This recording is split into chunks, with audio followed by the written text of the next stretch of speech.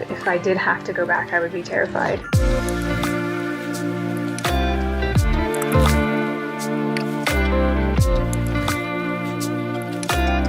I want to talk to those millennials and honestly ask them, when they're looking at the United Kingdom and they're seeing the pain and the devastation that comes from socialized healthcare, is that what you want? I'm from the United States. I now live in the United Kingdom. I grew up living with type 1 diabetes. I paid quite a lot for my insulin and my supplies and all the things that I need. When I graduated from college, I was off my parents' insurance plan at the time. This was before the Affordable Care Act kicked in. I had to pay a lot of money to be added onto my dad's insurance. I was paying about $1,000 out of pocket every month. Eventually, I got accepted to a master's degree program in the UK, and just being a student here for 6 months allowed me to take advantage of the healthcare system. I was covered under the national healthcare system. I went to the pharmacy and I picked up my prescriptions and I didn't have to pay a huge amount, and that was just really mind-blowing to me. I don't think I'll ever forget that experience. I was just filled with gratitude and in awe of the simplicity of it as well.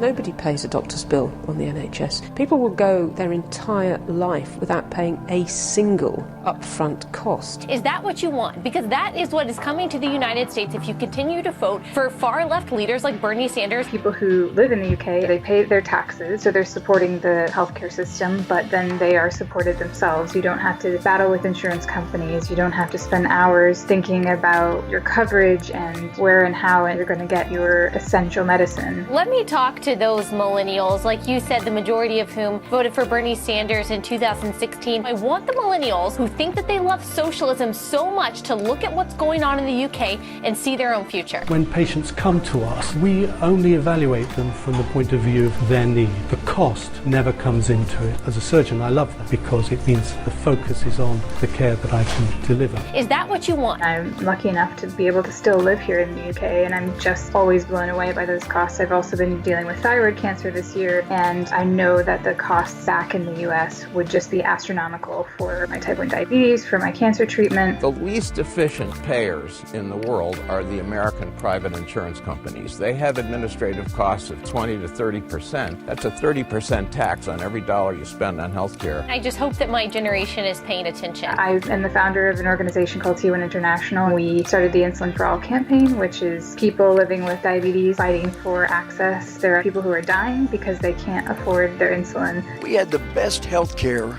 that could ever be found any time in history, anywhere in the world. It really just blows me away that people can say that America has the best healthcare system in the world. I'll say it, America has the best healthcare system in the world. It's such a myth that's perpetuated. Having experienced the NHS here in the UK, it's not perfect, but I would take it any day over what we have in the US, which is complete inequality, complete unaffordability for so many people. If you're wealthy and you can afford it, you'll get it, and if not, you might die, and that's really terrifying.